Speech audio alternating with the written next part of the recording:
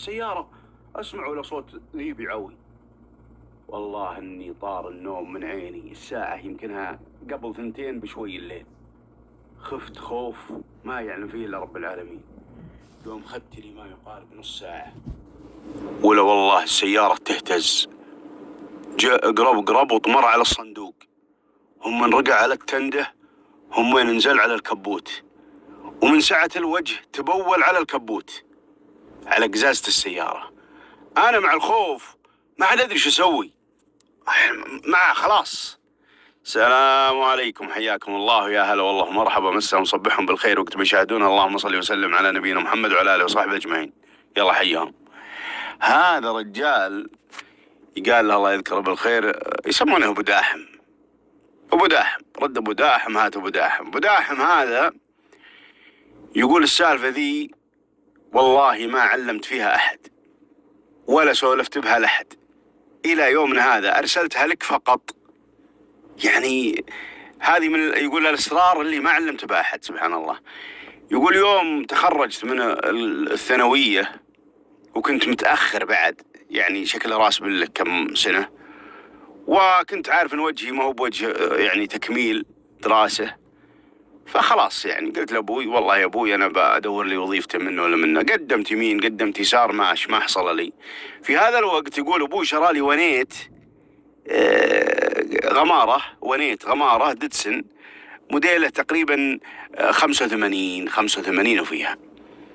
يقول والله دليت اروح ادور مشاوير، اوصل احد واقدم، كل ما سمعت ان في تقديم منه ولا منه يقول رحت اقدم، بس سبحان الله ما حصل لي وظيفة.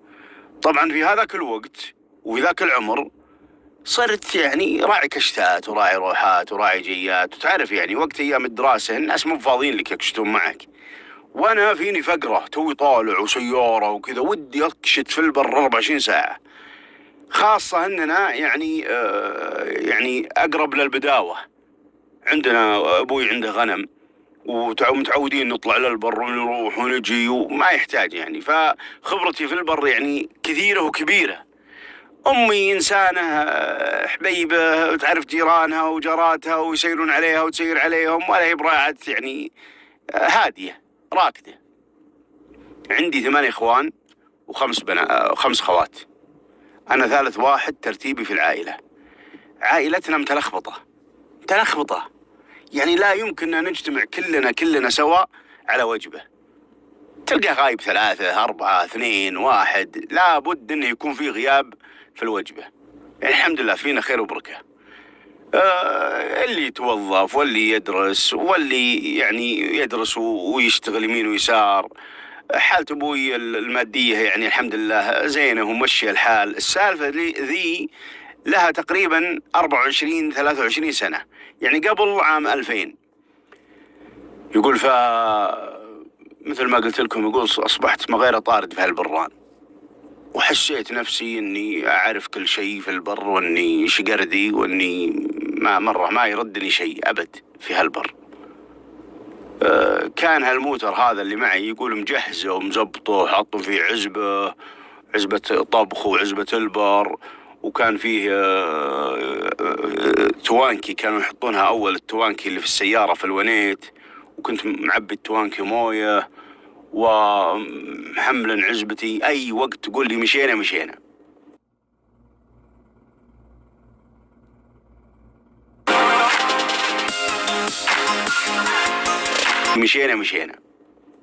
فمرة من المرات حقيقة كنت جالس وضايق صدري ومال، وبعدين أهلي أصلا لو أروح عنهم 3 أيام 4 أيام ما يفقدوني، وأنا والله أكيد إني رايح طارد في هالبر. فكنت صدق يعني أختفي عنهم، وكان ما معي جوال في ذاك الوقت. فمواقفي كثير في البر، لكن الموقف هذا هو أصعبها، وهو اللي عقبها حيا قلبي. ترى الإنسان يحيا قلبه من المواقف، فهذا الموقف يقول هو اللي حيا قلبي بسبته. يقول يوم من الأيام في أيام دراسة، وكنت ودي أطلع ودي أكشت، ويعني ما لقيت أحد حقيقة، اللي يدرس واللي يعني أكثر ربعي يقول في الجامعة واللي متخرج من الجامعة. فقلت يا ولد أنا كاشت، هو قادح أبو دحيم ذا قادح. فقلت أنا كاشت والله لو الحالي. بالفعل والله جيت لأبو دقاس الدقسن ويقول حملته العزبة والأغراض وحطيت رز وجبت عندي ثلاجة. يقول الثلاجات الأول هذيك اللي تعبيها ثلج، مو بثلج اللولب هذا الصغيرات، لا الثلج اللي قطعة ثلج اللي تقعد معك أسبوع في البر. يقول والله وشريت لي قطعتين ثلج، حطيت واحدة تحت وشريت لي وأخذت من البيت. يقول سرقت من الثلاجة كيستين لحم وثلاجة امه. يقول وحطيت دجاجة وحطيت قطعة الثلج الكبيرة الثانية. قطعة الثلج ذي تنها بلكة، تراها عريضة وكبيرة تطول ما تذوب. يقول أبد وقمت وسكرت ثلاجتي وعزبتي ناظرتها، ولا والله فيها رز وفيها شاي وملح وما يحتاج. يقول مريت محل الخضار خدت شوي بصل. يقول سبحان الله ومرني رب العالمين وخدت برتقال، مع اني ماني براعي برتقال، وخدت برتقال وجدعته في الثلاجة حقت السيارة ذي اللي انا جايبها. يقول ولا الموتر مليان موية، معي موية ما شاء الله الحمد لله يعني كثيرة من التوانكي اللي معي. يقول فجيت للمحطة. يقول انا ناوي اطلع مكشات في مكان بعيد، يعني ما يقارب عن الخط يعني 180 كيلو، ولا هو يعني قطرة بتمشى، ولا معي جهاز يعلمني الوجهات. يعني سبق اني كشت فيه كذا مرة انا ويا ناس، بس هذه المرة لحالي. يقول كذا سبحان الله وانا واقف اعبي بنزين. يقول ترى كل راس مالي 200 ريال، اذا صار معي 200 ريال كشت كشته خيالية. وين 200؟ يقول اروح خطر ما اسافر بها منه الا من البحرين ولا الامارات. فالحاصل يقول هال 200 ذي انا قلت بقضيها في رحلة برية. بالفعل جيت عند المحطة وعبيت البنزين فل ومرني الله اني اشتري لي جيك بنزين.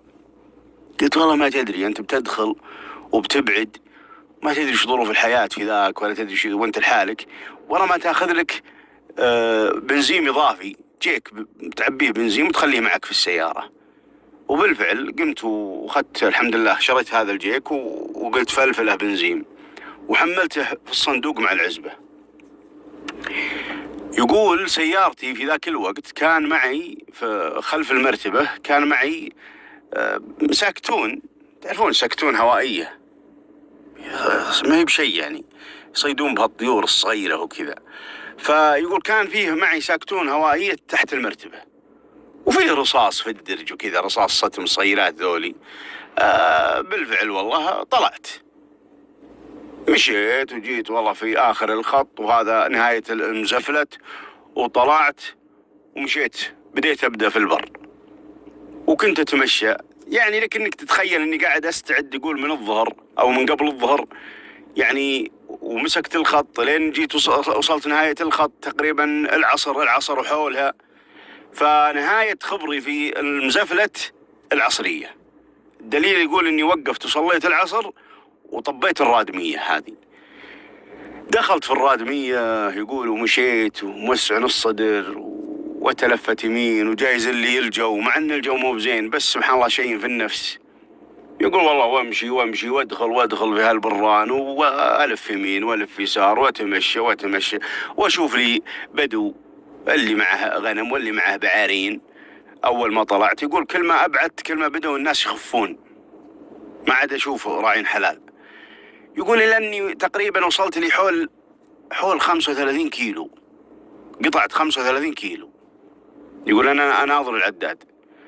يقول يوم قطعت لي 35 كيلو يقول وبدا صار، يقول انا الحين في جبال وفي ارض سهله. يقول فبدا عندي صار يصير النفود، التقاء النفود بالتربه العاديه اللي هي الجبال العاديه الصخور. يقول فصرت اتجنب النفود، ابعد عنها شوي، لكن النفود مع الهواء يطلع منها بعض الاحيان السافي ويصير يعني يدخل على الارض، التربه العاديه هذه اللي هي قاسيه وتمشي عليها. يقول فكنت اتجنب انا النفود بقدر الامكان، لو معي احد ممكن انسم وادخل فيها، خاصه ان النفود ما هي منطوره فتروع على طول تهلش وتغرز. يقول فكنت اتجنبها بقدر الامكان، الى اني جاني ذاك الشعيب، شعيب كان على يمينه فيه نفود مرة قريب حوله، وعلى يساره يعني جبال وارض زينة يعني، ولكن فيه زي الشحن جايه من النفود ومتكومة طالعت زي السافي يعني مثلا يكون طولها مثلا 20 متر، حولها 15 متر، وتكون رفيعة شوي. يقول فالكلام هذا قبل المغرب تقريبا بساعة أو ساعة إلا ربع، فلقيت إن أسهل طريق إني أدخل مع هذا الرمل، لأني بنزل على الشعيب وبدور طريق ثاني وبدخل معاه وكذا. فبالفعل دخلت على هذه الرملة وكنت مستهين فيها، ما هي بشكلها ما هي برفيعة يعني. فدخلت فيها، أول ما مشيت فيها شوي بس كذا وانتصفت فيها في النص، يقول والله كأن الموتر طايح على بطنه، كأن الموتر سحب الشيء على تحت. يقولوا يجلس بكفراتها الأربعة، لا معي دبل ولا معي ماطور هواء، يعني ممكن انك تنسم كفراتك وتطلع هم تعبي الكفرات هواء. انا ما معي ماطور هواء، فمحسوبة علي تنسيم ممكن اتوهق فيه، فاحاول اقدم ارجع، ابيها يمين ابيها يسار، والله ما فيها فايدة الدنيا. على ما قال كل مالها تغاب الشمس، وانا كل مالي انزل تحت في الارض، كل مالي على قولتهم اهلش زيادة. يا حبيب يا لبيب، رده يمين رده يسار، عجزت والله. يوم دريت ظلمة العين ما عاد اشوف، خلاص. اناظر البنزين وانا خايف حقيقة. البنزين مع التغريز ومع التدعيس ومع المشوار اللي قطعته، اول شيء على الزفلت، هم المشوار اللي قطعته من الزفلت الى المكان اللي وصلته، يوم ناظرت ولاه اكثر من النص بشوي. لكني قلت الحمد لله ما يجيك، انا ما معي يلجيك البنزين هذا ما عاد عليه. يقول والله، وقلت الحين ماني بقاعد نحوس واتبهذل، وخلك رزين وخلك راكد وسيطر على وضعك النفسي، لا تخاف، ايه وارقد، ومن اصبح افلح، اما من اصبح افلح. بالفعل كنت في ذاك الوقت او ذيك الساعات شقردي. يقول المهم اني والله قمت ونزلت العزبة وقطعت البصيلات والطميطة وحمست لي ذيك الحيمة وهاديت ولا كأني مغرز والله، وزينت عشاي وزبطته والحمد لله، وقمت وتعشيت وخلصت من العشاء، غسلت مواعيني وجلبت المواعين على باب الصندوق وطلعت فراشي. مع يقول فراش التنزاني الأول اللي تفلت سنه لسان إذا فليته. يقول أنزل فراشي والله وأفرشه والله وارقد. يقول يوم إني رقدت وأخذ لي حول ساعة واسمع لي عوي، شيء يعوي، صوت أنا ما أدري هو كلب هو ذيب، والمنطقة أنا ما أعرفها وبعيدة المنطقة، فيجيها ذيابه. يقول جاني دخلني الخوف، جاني خوف حقيقة. يقول من الخوف اللي جاني اني قمت من فراشي وركبت السيارة على طول سكرت القزاز وقفلت السيارة، وفراشي في الأرض، والله فراشي في الأرض، مفاتيح السيارة في الأرض، حتى مفاتيح السيارة في الأرض. يقول فجلست في السيارة أنا، ذكرت البندق اللي معي هذه مسطمة الهوائية، يقول طلعها واحط فيها رصاصة، يقول لو ارمي بها الذيب تضحك علي. يقول لانك احيانا ترمي بها لو هو عصفور مرات يطيح ومرات ما يطيح. يقول خدت البندق ذي، يقول وانفض، جاني خوف جاني روعة، بس اني بقدر الامكان احاول اسيطر على نفسي، اتماسك شلون ما يقدر يدخل على الذيب. يقول بديت احاول اني اقنع نفسي ترى الذيب ما يقدر يدخل عليك، انت خبل، يدخل عليك في السيارة يكسر قزازة ياخذ حصات يرجمك، اقلع بس. يقول فاشوى يعني بديت اركض شوي، يقول فانسدحت ثاني. بعدين قلت يا اخي صوت شيء يعوي، يعني يمكن تسلب يمكن في ذا واحد راعي حلال وعنده تسلب حراسه، وقام الكلب شاف له حصني ولا شيء قام يعوي هالكلب. يقول فرجهنيت شوي وانسدحت في السيارة ونسمت الدرايش شوي حقت السيارة، يعني يا الله تدخل أصابعك. والله هو ورقت. يقول إني تعبان حقيقة، لأني قعدت أحاول إني أطلع السيارة وأحفر وكذا وتعبان يعني، وقايم مبتسر المهم إني تعبان. يقول فرقت. يقول يوم خدت لي شوي، يقول يوم دريت واسمع شيء ينطمر على الصندوق. يقول اهتزت السيارة. يقول وانا اللي اوقف كذا واجلس على حيلي في السيارة. يقول الدنيا ظلام. يقول والتفت ورا مع القزاز اللي ورا، ولا والله كأنه يتهيالي شيء هذا كبره ورا في الصندوق بس ما هو واضح. يقول في ذاك اليوم كانت بداية شهر الدنيا كلها مظلمة ما تشوف.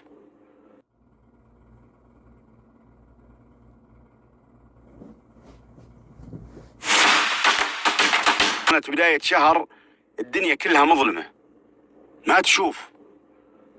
يقول شوي يقول يوم طمر على تندة ابو دقس الددسن. يقول انا خلاص قلت هذا الذيب بس وين بيدخل علي معه، احس انه بيدخل علي من تحت. يقول حتى رجليني رافعها من الوطاية. يقول يوم اني دريته ينزل على الكبوت ويداور الله يسلمكم ويتبول على السيارة. يقول اشوف انا يومه يتبول على السيارة لم جهتي. يقول هم ينزل ودلي كل شوي تلفت يمين وتلفت يسار. يقول انا حتى الكشاف مو معي، اناظر يمين واناظر يسار ما ادري وينه انا. يقول لمحته اول شيء يقول هم ما عاد ادري وينه. يقول قلت الحين متربص بي، هو متربص بي ناويني بس وين بيجيبني معه. يقول واخذ لي شوي يقول ولا يحفر تحت السيارة. دليت اسمعه يقول يحفر تحت السيارة. إنا لله وإنا إليه راجعون. يدور مدخل يقول علي الظاهر. يقول أنا خلاص والله العظيم مر علي شريط حياتي في ثانية. تذكرت حياتي، تذكرت الناس، تذكرت اللي ظلمتهم، تذكرت اللي ظلموني. يقول في ناس أعرفهم من زمان ولا اخطروا على بالي يمكن 10 سنين.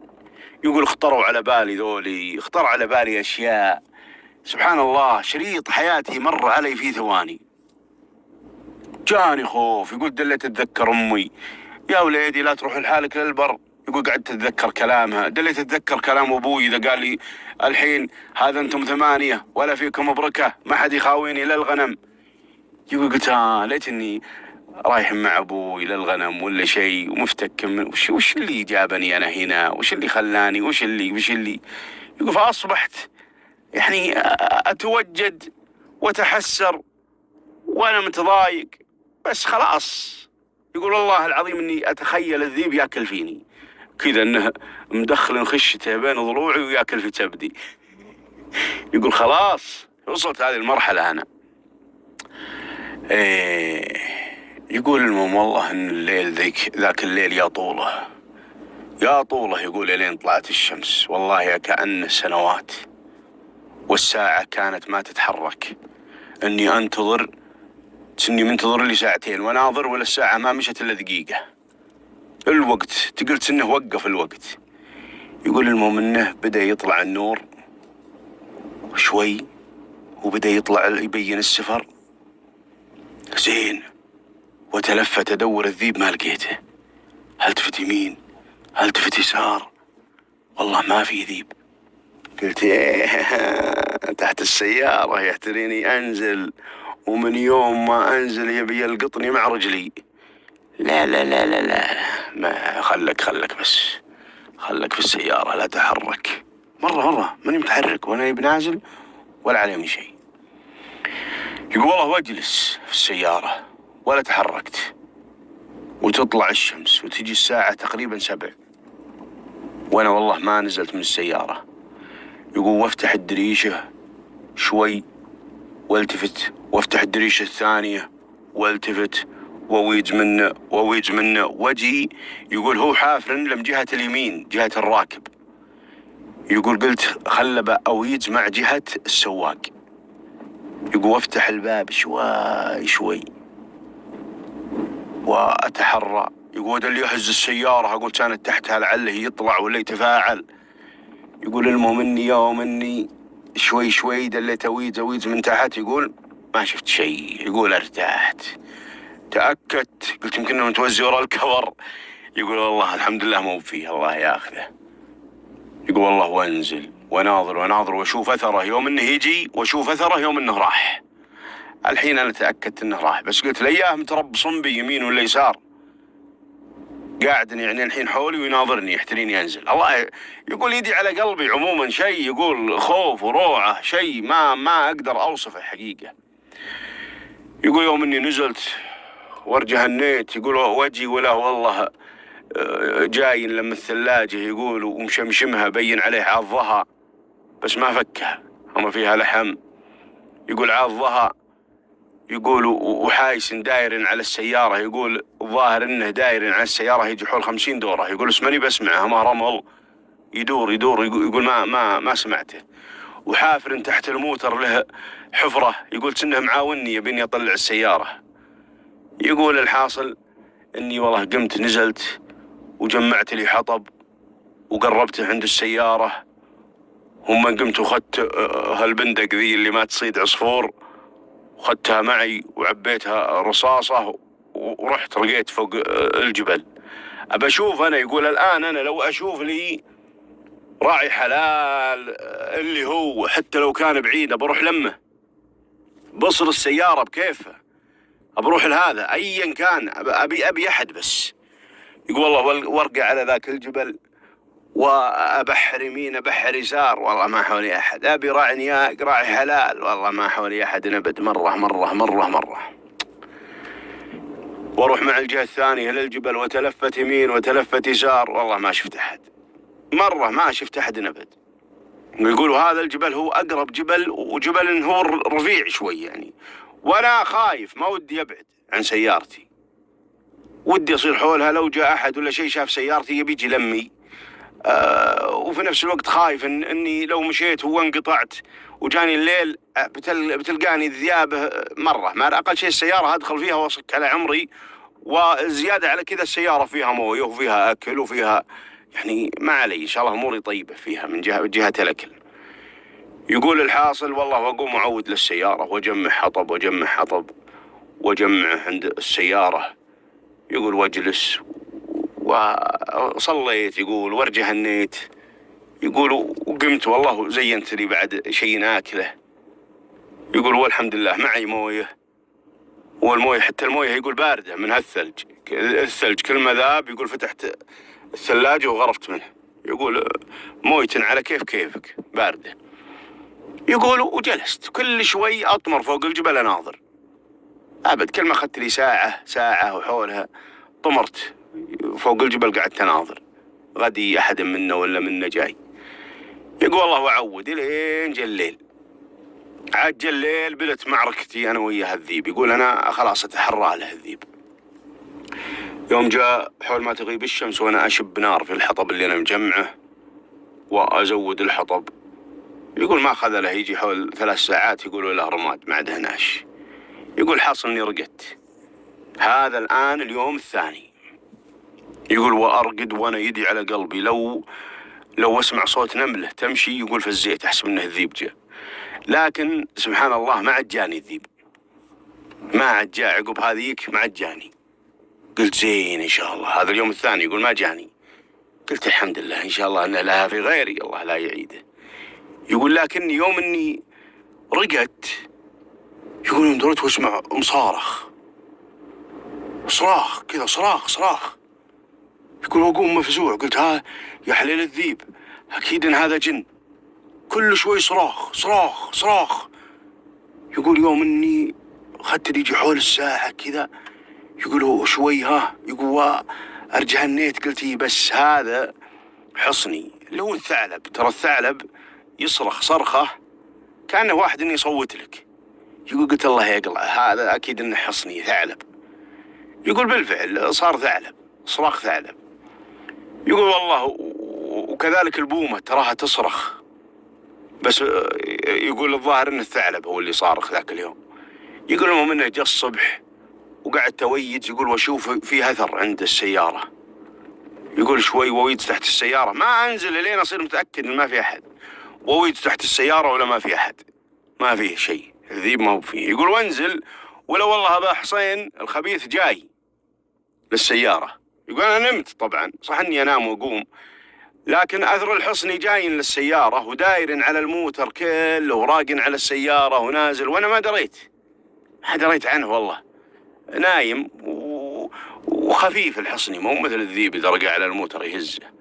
فالحمد لله عدى اليوم الثاني على خير. بالفعل رحت وجبت حطب ثاني مرة وجمعته عند السيارة وزينت لي كبسة وكلتها. طبعا كان بين الوجبات، يقول زين لي وجبة واحدة، لكن بين الوجبات حقيقة انفعني البرتقال، أصبحت أكل برتقال.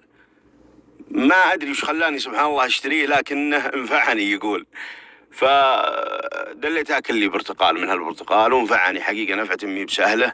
الوجبة أكل لي وجبة واحدة، لكن مهما كان هذا مرده خلص اللي أنت قاعد تاكل فيه، حتى لو انك هاللحم اللي معك. يقول معي رز الحمد لله، معي كيس رز يجي لها 7 كيلو، لكن ولو الى متى طيب بجلس هنا؟ فطرى في بالي، يقول في الليل طرى في بالي اني اشغل السيارة وادلي اكبس وادق فليشر، يمكن في احد بعيد يشوفني. بالفعل جاء في الليل وركبت السيارة، ما عاد نمت تحت ترى، يقول ابد خلاص عقبها ما عاد نمت. ركبت السيارة وقعدت اشغل الفليشر واكبس والسيارة تشتغل. يقول يمكن حول 2 ساعة في السيارة وانا جالس. يقول ما جاني احد والله، ولا شفت احد، ولا ظلمت تروع والله ما شفت احد. يقول وطفيت السيارة، يقول ورقدت. يقول يوم قمت من باكر، هذا اليوم الثالث. يقول اقوم اليوم الثالث ومثل نفس الشيء اويد تحت السيارة ولا فيها احد، واقوم وانزل وابد. يقول تشوف اغراضي جنب السيارة منطلة، حالتي حاله. تقول اعوذ بالله، قلت انها شنطته مسروقة ومجدع عن عفشك يمين ويسار. يقول وانزل والله واغسل واصلي وازين غدا ما هو غدا فطور عشاء. يقول حوسه، يقول نفسيتي حقيقة شانت وبدت تخرب، خلاص بس ما في اليد حيلة. يقول المهم زين لي شيء ناكله. يقول خدت لي قصيت الدجاجة يقول نصين وزينت نصها مع رز. يقول وقمت وكلته. يقول قمت مثل، يقول طلعت لي جادة، والله العظيم انه صار لي جادة في الجبل من كثر ما ارقى وانزل. والماء مكتفي الحمد لله، معي مويه يعني، التوانكي هذه معي ماء. فرقيت. يقول تلفت يمين تلفت يسار ما حولي احد. عودت للسيارة وقمت وشبكت لي وشفطت البنزين اللي معي اللي في الجركل، صبيته في السيارة حقتي. يقول صبيت البنزين كله في سيارتي. فضل جيك هذا، يقول الجيك هذا ما ذبيته، خليته عندي. وقعدت أفكر، قلت الحين الرمل لو صبيت عليه ماء يشد، ورا ما فضي المويه على السيارة تحت، أصبصب في جيك ودلي أكبكب تحت الكفرات عشان تشد الأرض ويمكن أطلع. بس قلت إذا قضت عليك المويه ولا طلعتها وش تسوي؟ بالعكس لا خل المويه معك بس اعقل. يقول هم فكرت خله نسم. قلت ما انت بصاحي تنسم، تتوهق انت تنسم، ما معك ماطور هواء تتفخ. لا يقول نسمت خفيف شيء بسيط. يقول ولا نفعني التنسيم. يقول فجلست في السيارة. يقول يوم جاء العصر، طبعا يقول ترى يطري علي أهلي وعيال عمي وأخواتي وأخواني وكل شيء في الحياة يطري علي. راجعت نفسي كثير، راجعت تصرفاتي كثير، كل شيء يجي في بالك. يقول جاء في بالي ذاك اليوم، كل شيء تخيلته، تمنيت كل شيء تمنيته، علاقاتي، حياتي، طاعتي لوالديني، عباداتي، كل شيء تمنيت اني صالح فيه مرة.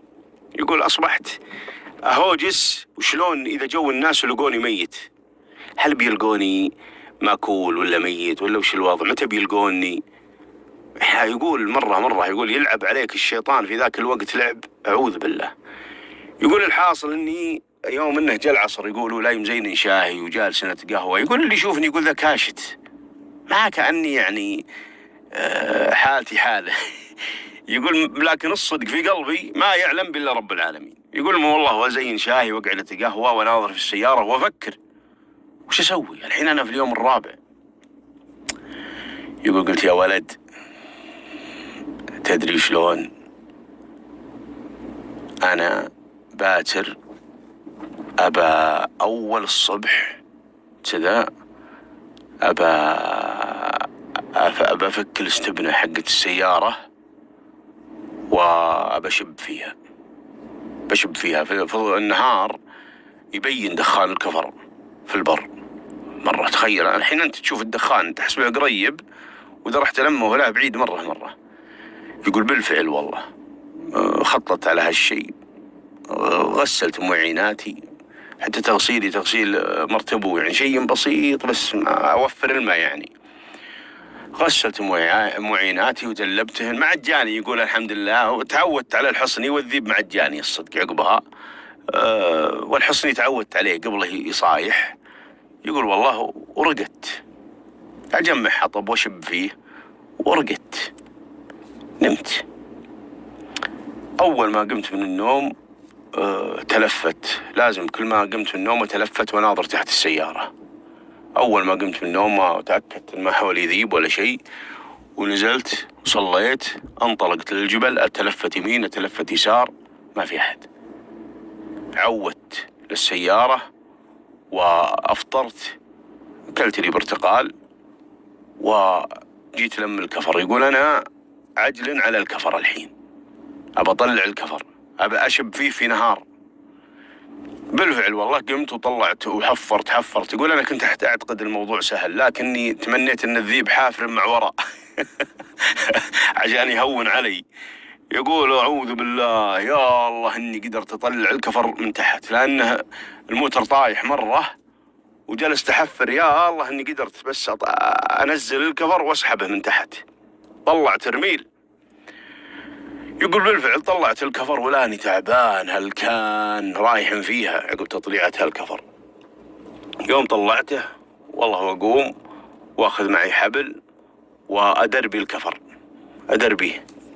وين بودي الكفر؟ يقول أنا بقدر الإمكان أبي أرفع الكفر في مكان رفيع، يعني بحيث أنه لو جاء الهواء لو كنت حاطه في نفس مكاني، يقول لو يجي الهواء هواء قوي يدفه ما يبين الدخان مرة، لكن إذا حطيته على جبل يكون أوضح شوي. يقول بالفعل ودربيه لين وصلت الجبل وأطلع الحبل اللي معي وأدخله في الجنط وأرفع الكفر على ظهري. ترى كفر الددسن حليل بس شكله بداحم بعد ضعيفا شوي، أو إنه مع التعب والحوسة كذا ما أقدر إنه يشيله. يقول المهم والله أشيل الكفر على ظهري بالحبال وأرقابه فوق وأحطه مرة في راس الجبل فوق. يوم حطيته في راس الجبل وأحول وأجيب جركة البنزين اللي كنت مفرغه باقين فيه شوي وأرقيه الجبل وأجيب ولاعة وأجيب حطب وأحط الكفر معهن وأقبس بهن. يقول هو أنا شبيت ولا لا وتبدأ تعثور. يقول لك إنك تتخيل سبحان الله مع سرعة الوقت والحوسة كانت الساعة. يقول يوم إني انتهيت يعني من الفطور ومن الصلاة ومن حفر الرمل وتطليع الكفر من تحت السيارة وهي مغرزة وترقية الكفر والأغراض هذه الجركل والحطب الفوق الجبل وإشعال النار، كانت الساعة تقريبا 11 الساعة 11. يقول وشب في هالكوم اللي أنا حاطه. يقول ويبدأ يدخن. ترى يقعد شاب ميزة الكفر يقعد شاب يمكن ساعة ونص ودخان أسود ويشوفونه الناس من بعيد. يقول فشبيت فيه وجلست يمكن نص ساعة عنده أتحرى أن أحد يشوفه ويجي يتجه لمه. يقول الجبل بيني وبينه يمكن بالكثير 300 متر بالكثير 300 متر. يعني لو يجي أحد يقرب للجبل بيشوفني. يقول واقعد حول ما يقارب يعني أبد نص ساعة وحولها. يقول والله ما جاء أحد ولا شفت أحد جلمي يقبل علي. وش السواد وش الدبرة، خله بحول للسيارة. يقول بالفعل حولت للسيارة وقمت وخدت بصيلة وقعدت أهذي البصيلة وأقطعها وأحطها في الكاتم، وكل شوية ناظر أتلفت يمين أتلفت يسار عسى الله يجيب أحد يلمي. يقول وأقطع البصيلة وأذبها في القدر، وأقطع الطماطة وأذبها في القدر، وسبحان الله شوف يعني شيء وامرني الله به. وافتح الثلاجة اللي فيها اللحم أبطلع. يقول والله اني بطلع نص دجاجة أبأكلها لحالي يعني. يقول فقلت لا أبحط كيسة اللحمة ذي. يقول كيسة اللحمة يمكنها تجي لها كيلو حقة 2 يعني. قلت لا أبحط كيسة اللحمة لي أنا واللي بيجي يساعدني. يقول سبحان الله جاء عندي يقين انه بيجي أحد يساعدني. يقول بالفعل طلعت اللحمة ذي وغسلتها وجدعتها في الجدر وشبيت عليها وأقعد أحمس وكل شوية تلفت يمين يسار. يقول وهج الدخان بدأ يقل، وهج النار وقوتها بدأ يقل. يعني بدينا الآن ننزل في قوة الدخان والناس انها تشوفها من بعيد، بدأ يضعف. يقول حقيقة بدأ يعني لما شفتها بادية تضعف بدأ يعني يجيني إحباط شوي، بديت أدخل في الإحباط. بس إني قاعد تخطط الآن أفك الكفر، أنسم الكفرات وأحاول إذا ما طلعن أبى أفك الكفر، هم أنا بروح أحرق الثاني، هم أنا ما أدري شلون. يقول بديت أخطط على أشياء ما أدري، أحرق الفرشة أحرق العزبة، بديت أخطط على أشياء ما أدري شلون، بدأت تجيني خيالات حقيقة وما ينلام. يقول فلما بدأت تضعف يقول إلى أنها وصلت مرحلة أنها يعني خلاص يعني ضعفت، ما خلاص اللي ما شافوها يومها قوية ما هم شايفينها الحين. يقول يوم دريت سبحان الله وتبرق وترعد قجازة ذاك الموتر اللي مجبل علي. يقول والله قامت تلمع علي تسني أشوفه برق. يقول وله متجه لمي. يقول راعي وايد. يقول بعيد ما هو بقريب. يقول وله متجه لمي. يقول أنا الآن تراني كاب الرز واحتريه بس يستوي، مقصر على الرز والحمى في وسطه واحتريه يستوي. يقول أنا ناظر قلت لا شوف هذه الهلوسة. يقول أنا أسمع أن الواحد يشوف سراب يهلوس يتخيل أن أحد عنده يحاتيه. قلت بس هذه الهلوسة، بديت أهلوس، أكيد أني بديت أهلوس. لا. يقول وانا اللي اقوم وناظر ولا والله متجه لمي. يقول احاول اميز الموتر. يقول وناظر. يقول والله وايد. قلت ايه اكيد هذا موتر الحين، خلصنا تاكدنا انه موتر، بس وش يضمن لي انه يتجه لمي؟ وش يضمن لي الان انه بيجي لمي؟ يمكن ما يجي لمي، يمكن يقرب كذا هم يلف. يقول سبحان الله ويجي عندي يطلع عندي هرمون النشاط. هرمون النشاط هذا بعطيكم اياه عشان ما انسى، بعلمكم عنه. اختبار سووه الفئران. يقولون لهم جابوا فئران وحطوهم في انابيب مويه، قزاز كذا مويه وحاطين فيها مويه وذبوا الفئران فيها 2، واحد في قزاز واحد في قزاز ثاني ومليانات مويه. فقاموا الفئران يحاولون يطلعون، فبعد دقيقة توقفوا عن المحاولة، فقاموا أنقذوا واحد من الفئران، الثاني ما أنقذوه فمات. فقاموا رموا الفار هذا اللي أنقذوه الثاني مرة، خلوه يرتاح، من بكرة جو خذوه أنقذوه، جدعوه في الموية من جديد مرة ثانية. فجلس يحاول، أما أمس كان يحاول مدة دقيقة، همين خلاص توقف، همين ساعدوه، فقام يحاول تقريبا مدة دقيقتين، وهو يحاول. بعد دقيقتين فقد الأمل فتوقف، فقاموا أنقذوه. اليوم الثالث جلس 5 دقائق يحاول، مستوعبين؟ لأنه صار عنده أمل إنه بيعيش، إنه بيجي أحد ينقذه، وكان هرمون النشاط هذا عنده مرتفع. فجلس 5 ساعات. لك انك تتخيل ان تضاعفت قوته، يعني تضاعفت 4 مرات. مستوعب؟ فالامل تراه يخليك، يطلع فيك نشاط ما كان موجود فيك من قبل. الحاصل يقول فجاء فيني نشاط وجاء فيني امل. يقول فهجمت هجوم، ولا هو ركض، هجمت على الوايت هجوم. يقول رحت اركض. يقول الوايت بعيد، والله انه بعيد. يقول فرحت اركض لمه، متجه لمه. يقول وفسخت ثوبي وقعدت اشر له وانا اركض، اشر له بثوبي وانا اركض لمه.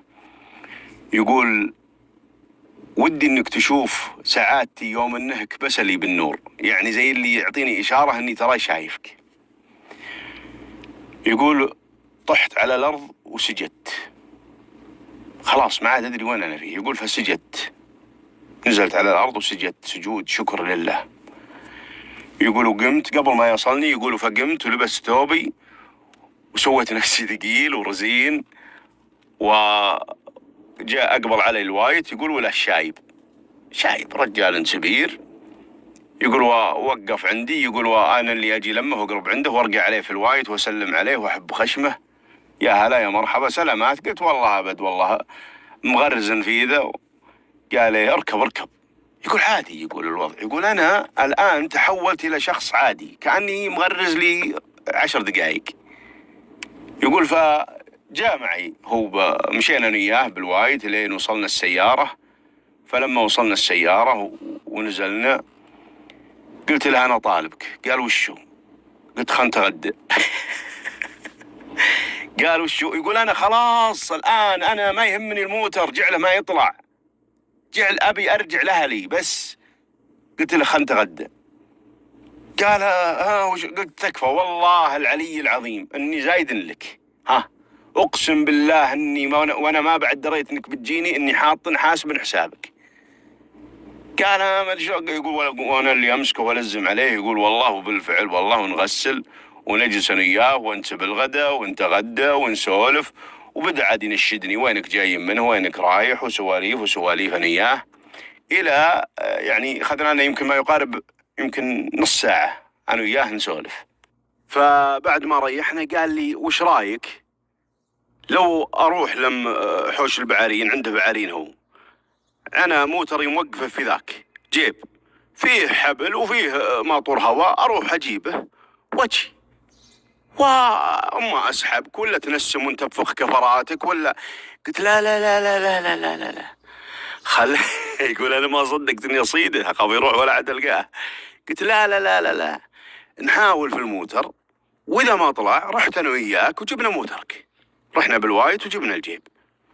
كان اللي تشوفه يقول هو اللي يضحك علي، يعني درى اني خايف واني ما بيه يروح من عندي.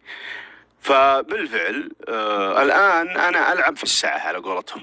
ضمنت عندي ماطور هواء معه ومعه واير، يعني في اشياء ما كانت موجوده الحين. فبالفعل قمت انا وياه ونسمنا الكفرات.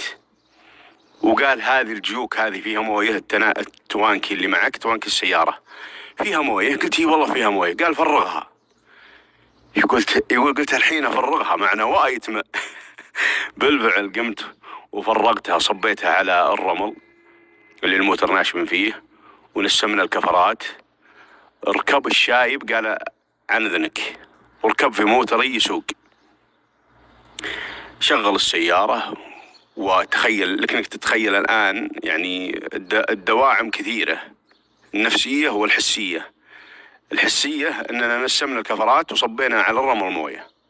النفسية انك تضمن انك لو ما طلع انك ترجع معه ولا يجيب موتر يسحبك. فركب الشايب السيارة وشغلها وحطها في الاول، فبدأ ينتلها، نسميها نحن تنتيل. يحرك الموتر على شوي شوي شوي شوي شوي شوي، يدعس على شوي شوي، يمرجح السيارة يمرجحها. يقول وهو يمرجحها يقول لي ادفن، إذا طلع الكفر شوي من الحفرة أدفن، أكب رمل في مكان حفرة الكفر اللي كان أول منازل فيها. شوي شوي يقول يوم إنه انهض الموتر أبد زان وطلع عن مكانه اللي هو مغرزن فيه. فرجعنا السيارة وطلعنا الحمد لله بأسهل ما يكون. هذه الطريقة لو اني مسويها اول ما غرزت طلعت، اللي هو لو اني نسمت الكفرات مرة وصبيت الموية على الرمل، لو مسويها يقول اول ما غرزت طلعت. لكن ما حبيت اني اسويها لاني ما كنت اضمن اني بطلع، وكنت احاول اني احافظ على الموية بقدر الامكان، واحاول اني احافظ على هواء الكفرات لاني ما معي ماطور. فذكرت لكم انها الان عند الدوافع يقدر يسوي مثل هذه الاشياء. يقول فطلعنا، طلع موتري هذا الشايب. فلما طلعنا يقول الساعة متعديت 12، يعني يمكنها حول وحدة إلا. يقول فكانت سعادتي لا توصف. خدت رقم بيته، طبعا هذا الرجل خدت رقم بيته، يقول ما معه جوال هو مثلي. خدت رقم بيته وطلعت من المكان هذا اللي أنا وياه فيه، وشكرته وحبيت راسه، وعلى طول وجهت للمزفلت. المزفلت بيني وبينه ما يقارب 40-35 كيلو. فكنت كل ما مريت من عند بدوي مع غنم أضرب له بواري وأسلم عليه من فرحتي بالحياة. صرت أشوف ناس حية تروح وتجي. اشتقت لهالشيء. يقول لأني كنت منقطع في ضعفه هناك، ما شفت أحد، ما عندي شيء، ما عندي الورار. يقول فالحاصل ورجعت لين وصلت المزفلت. لما وصلت المزفلت وقفت وسجدت سجود شكر. يا زين المزفلت يا زين الحياة. يقول والله مر علي أيام من أصعب الأيام، شيء ما يوصف. دخلت مع الخط، مسكت الخط ورحت للديرة. دخلت الديرة أتأمل فيها كأني شخص مغترب توه جاي بعد الغربة. تعرف إذا جاك واحد توه راجع من الغربة يتلفت يناظر مدينته وديرته ومبانيها وش صار فيها وش حدايقها الجديدة. يقول أنا كأني مغترب، كأني جاي من سفر، كأن لي سنوات عن ديرتي. فدخلت متلهف أتلفت يمين ويسار. يقول يوم وصلت بيتنا يوه الإحساس والشعور. يقول فكنت داخل البيت وكأن عندي إحساس إن أهلي كلهم بيقابلوني يخمخموني يحبحبوني، ما أدري إيش ما أدري إيش الإحساس هذا. لي 5 أيام يقول تقريبا. يقول فدخلت البيت. يقول دخلت البيت كانت عقب العشاء بالضبط. يقول عقب العشاء رحت لأني عبيت الكفرات هواء ويعني مشيت الأمور وناظر شيكت على السيارة شوي. يقول فالحاصل إني لما دخلت البيت قابلني أخوي اللي صار مني، ناظرني نظرة كذا حتى سلام ما سلم. قلت خير؟ قال أنت اللي خير، وش فيك؟ يقول هو طبيعي، أنا اللي ماني طبيعي. يقول فدخلت من داخل البيت فقابلتني أمي، عطتني نظرة قالت الحمد لله أنك ذكرت أن عندك أهل. يقول ومشت وخلتني. يقول شوي ولا هذا أبوي جاي توه جاي مصلي العشاء. يقول سلم عليه وحب راسه ويدخل عادي. وينك؟ ما شفناك. يقول فعرفت انه ما حد فقدني ولا حد دراه ولا حد حس بي. اخواني جيت لمهم وهم جالسين كذا يتحرون العشاء، جيت وجلست معهم وعادي. طبعا غير ملابسه هو والوضع عادي مرة، كأن ما في شيء وكأنه ما صار شيء، كأن الحياة طبيعية. يا جماعة أنا بغيت أموت، بغيت أهلك، أبد ما في أي مشكلة، عادي الوضع. يقول فكنت ناوي أسولف وأعلمهم وأتكلم لهم، لكن يوم أني شفتهم عايشين ولا حد دراه قلت وشو له أعلم. وبالفعل ما علمت أحد أبد بهالسالفة إلى أني أرسلتها لك يا أبو فهد اللي هو أنا أرسلها لي. يقول والله ما ذكرتها لأحد قبل، وكنت يعني كل ما طالت المدة كل ما قلت يعني لو أقول لأحد يقول وين تكذب بعقوله، يعني هذا صار لك وكل هالسنين ما تكلمت. يقول بالفعل. يقول طبعا للمعلومية جلست 3 أيام ما طلعت من البيت، جلست 3 أيام ما طلعت من البيت. حسيت بالبيت إنه مهم، يا زينة ترتاح فيه. يا أخي أثري ضايع. وين أول كنت أكره جلسة البيت. يقول والله إني صرت أحب جلسة البيت. أصبحت أجي لأم أمي أسألها وش تبين وش تبغين، حيا قلبه. أصبحت أبوي أبوه يقول عنده غنم، ودائما يقول خاوني ساعدوني. يقول أصبحت أطلع مع أبوي وأروح معه وأساعده وأفزع له. يقول أخذت لي يعني فترة وأنا على نفس هذا الحال، مرة على نفس هذا الحال. لكن للأسف بعد تقريبا 3 شهور رجعت حليمة على عادتها القديمة. يقول رجعت على حالي، أروح قبل وأطلع قبل وأغيب عن البيت، يعني مثلي مثل الأول، لكني ما عاد أكشت لحالي نهائيا. خلاص لا يمكن أني أكشت لحالي، والله لو يصير اللي يصير. مرة إلا جنب الخط ما عندي مشكلة، أروح جنب الخط وأنا حالي، لكن أدخل المكان بعيد لا يمكن. وخدتها درس في الحياة. الرجل حب يفيدنا حقيقة بقصته، وفيها فوائد كثيرة طبعا. صح أن الوقت كان يختلف عن هذا الوقت، لكن ولو ترى الضيعة سايدة والكشته لحالك والله ما فيها خير. شو من ونيسك الجن. فاحرصوا انكم ما تروحون ولا تجون الا معكم احد. لا تروحون الا وانتم معلمين احد. نشوف نحن الناس اللي تهلك واللي تضيع واللي يبحثون عنهم واللي حتى اهلهم يتعبون اكثر منهم. بعض الناس ما يهتم ومستهتر ويشقي اهله وجماعته ويتعبهم، وما غير ينشدون ويدورون ويبحثون، واذا دريته قال والله كاشتن وربعي انتم بس موسوسين.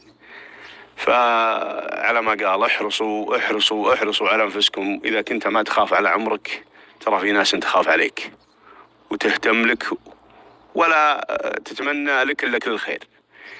ان شاء الله استفدتم من هذه القصة، وان شاء الله اكون ما طولت عليكم. وشكرا لكل من يشكرنا، وشكرا لكل من ينشر لنا، وشكرا لكل من يتفاعل معنا. اشوفكم ان شاء الله على خير، وانا اسف على الاطالة، وفي حفظ الله ورعايته.